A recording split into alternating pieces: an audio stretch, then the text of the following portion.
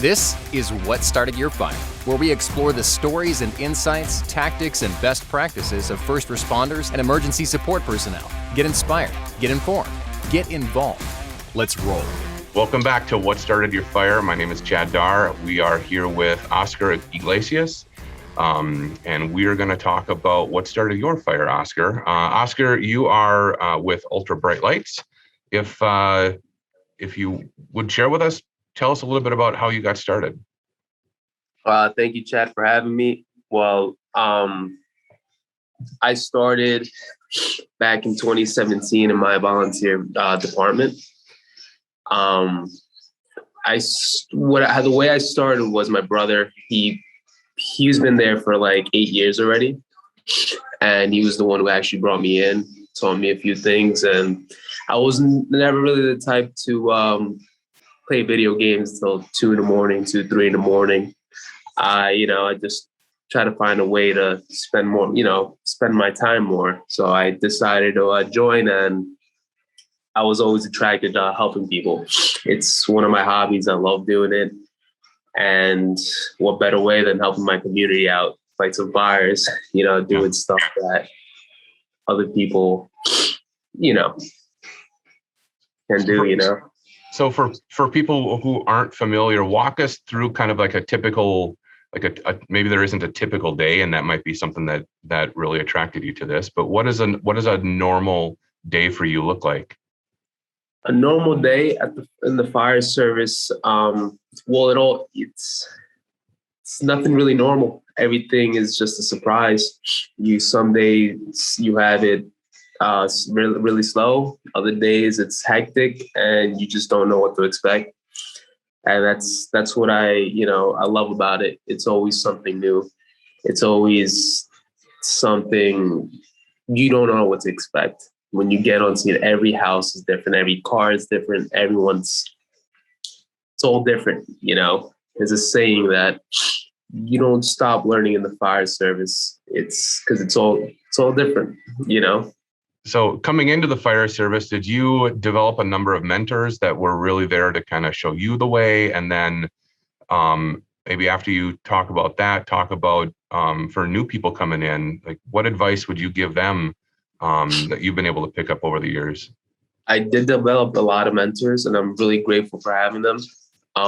They've taught me a lot. They've told me so much things, so much experiences, we talk about a lot of fires they've been to, what they could have done better, I should say. It's just a matter of looking up to your senior guys and listening, and, listen when they speak. It's all about learning experiences. One of the requirements is going through an academy. Like it's a 3-month academy, but the schooling part can only teach you so much. It's all about experiences. You go into the calls, you do it in yourself, and you'll realize how much, this would work, that would work, or what you could do better. It's all about finding your way. The advice I would give to the young people coming in is don't stop learning. I mean, there's a saying in the firehouse, the day you stop learning, is the day you think you know it all, is the day you're not coming home, or you're getting someone else killed. It's all about learning. You never want to take anything. I've done this a million times, but it's just that it's all different. Yeah. It's all unexpected, Yeah, exactly. Especially the town that I'm in. There's a lot of altercations with the houses, and not altercations, but, they start working on the house, and they start putting stuff where they're not supposed to be, blocking entrances that are not supposed to be blocked. So it's all. Yeah. When I was much younger, and before I had all this experienced gray hair on my face, I volunteered with an ambulance company, and I'd noticed that during my volunteer time with the ambulance, there was a learning period that it took me probably 6 months to get my feet underneath me. And then there were a couple of calls where I finally kind of gained my confidence. Were there Did you have a similar experience where at the beginning of your career, you were just kind of trying to keep your head above water? And was there a point in time where you really said to yourself, okay, I got this figured out and I feel like I belong? Like this is really what you were called to do?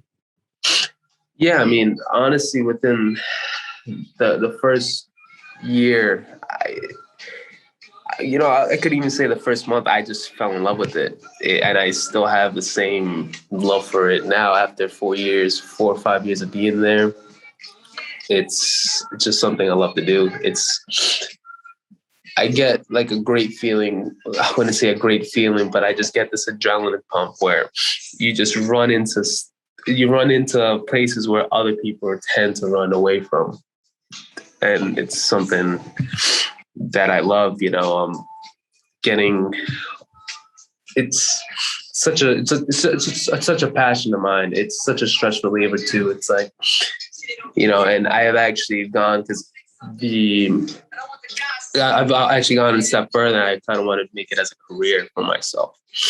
So this really got me, because getting out of high school, I didn't know what to do. I was thinking all these, other jobs, and nothing really caught my attention but the fire service. As I got it, it's, but like I said, I still have a lot to learn, a lot more to do, so. So the people that you serve with, have they been around for a long time? You have guys that have been around for 30 and 40 years, and how do you see yourself growing into those roles, and providing that leadership down the road? What does that future look like for you? Well,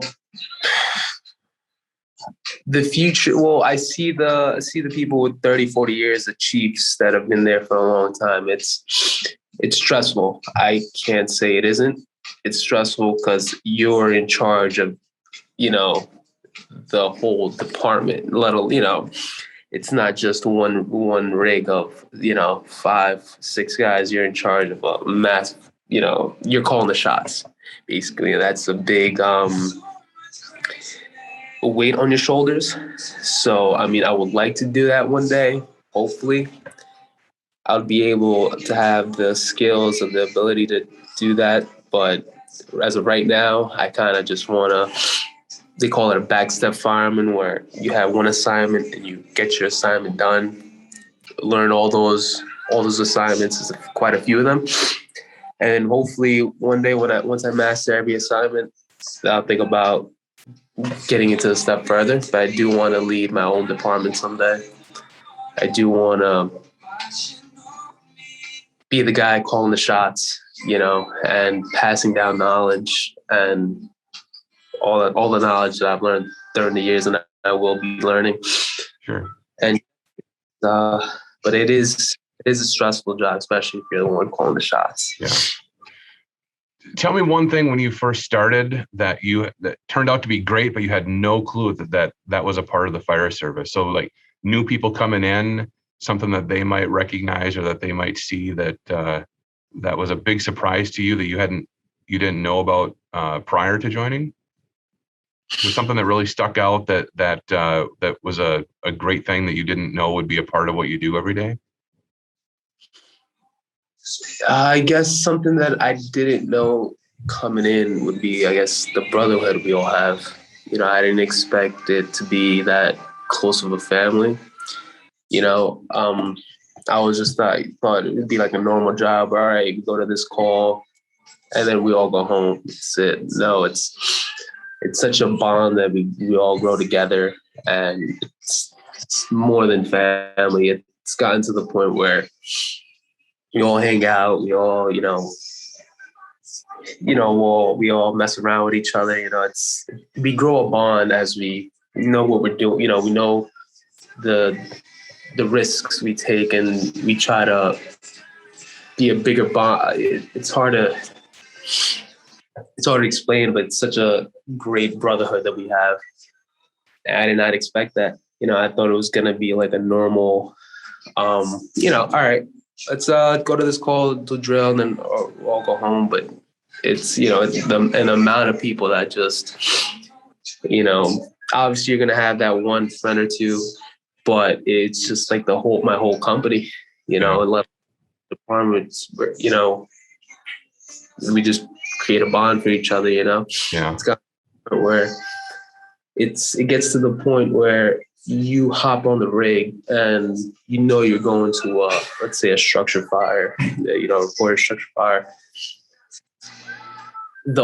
Personally, me, the only thing I'm thinking about are the guys in that rig with me.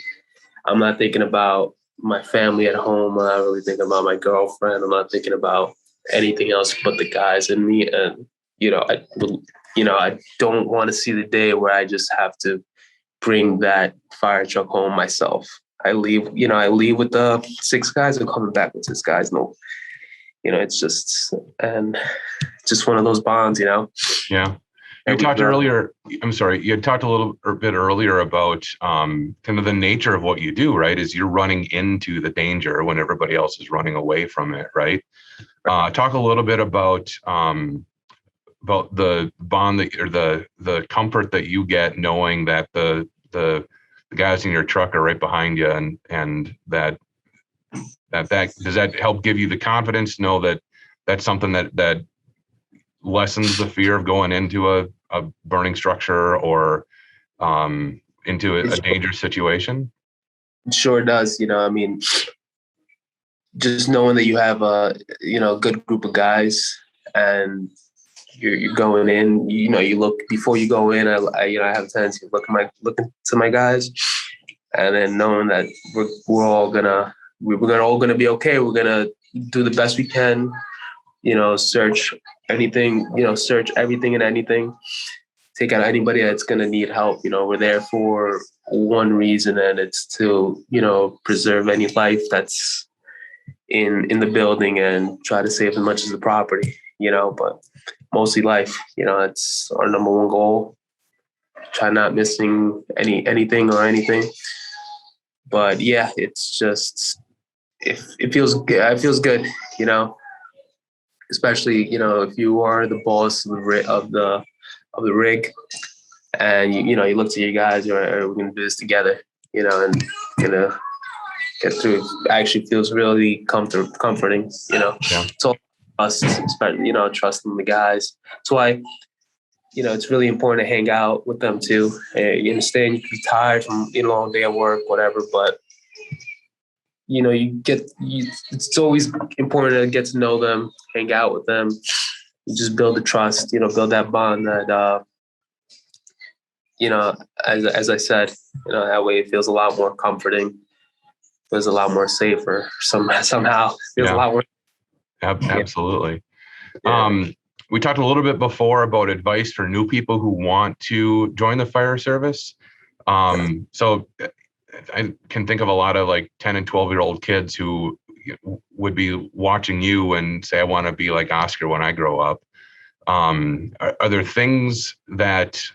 other pieces of advice that you would tell those little kids, or would tell somebody who's 17, 18, trying to figure out the next step, but really interested in learning more? My biggest advice I can give them is always train, always the biggest thing is you gotta keep your mouth shut, your ears open.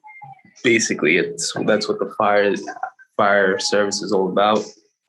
You always got to listen and respect the senior men, because they've been on the job. They've been doing it probably ever since they were born. Yeah. I have a lot of guys that have been doing it 40 years, 30 years, and I'm only 23, so they've been doing it well before I was born. So they have a whole lot of experience and knowledge. Always get to listen, and and my other piece of advice is don't take anything seriously in situations that we see horrible things sometimes, tragic things, but that's just a part of the job. My advice to that is, you will get spooked out. maybe once, twice. After a while, just you do it and you forget about it and move on, go to the next call. That's another thing that I remember my first fatal. And yeah, I didn't, I started when I was 19 and didn't really sit well. It was probably my first, obviously my first fatal.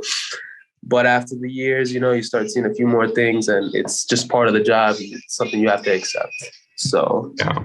And if it's something that you're not comfortable with, then Yeah. fine. Not everyone can. Yeah. You talked about your first fatal, and I imagine that's something that has stuck with you throughout your career. I remember my first fatal from 26 years ago. When I was a 9-year-old kid, and I can still replay the whole situation in my head right now. Do you talk a little bit about the support that you have amongst the brotherhood you have on the fire service, on how that makes that a little bit easier to kind of deal with, and knowing that the guys that you climb in that truck with have all been there before, and things are going to be okay, maybe as an advice to somebody who's just coming in? Right. Well, it's definitely, it gets comforting. We mess around. This is why we mess around. We talk to each other, and you see what we see. And then for the young guys, you start looking at them. I've been in the army for a few years, and I've seen a few young guys, see fatals. The best thing I do is, talk to them like, hey, listen, you're right. If I can't get them the help, they assure you that you will get the help you need if, you really can cope with it yourself, so they just make it so they make it assuring that you will be fine. It's something, and then you say you're fine, you're good, we still monitor you throughout the days, and then you move on from it, start messing around, and you notice something different about you, then we'll pull you to the side, we'll talk to you about it. That's how they normally do it. Yeah, I remember actually my first fatal was my brother, and exactly what he did. He because I was with him during that call, and it bothered me a little bit. Bothered me like 1, 2, 3 days. But he talked to me. He was like, "Listen, it's part of the job. You'll be all right." It's something that you'll get numb to. Yeah.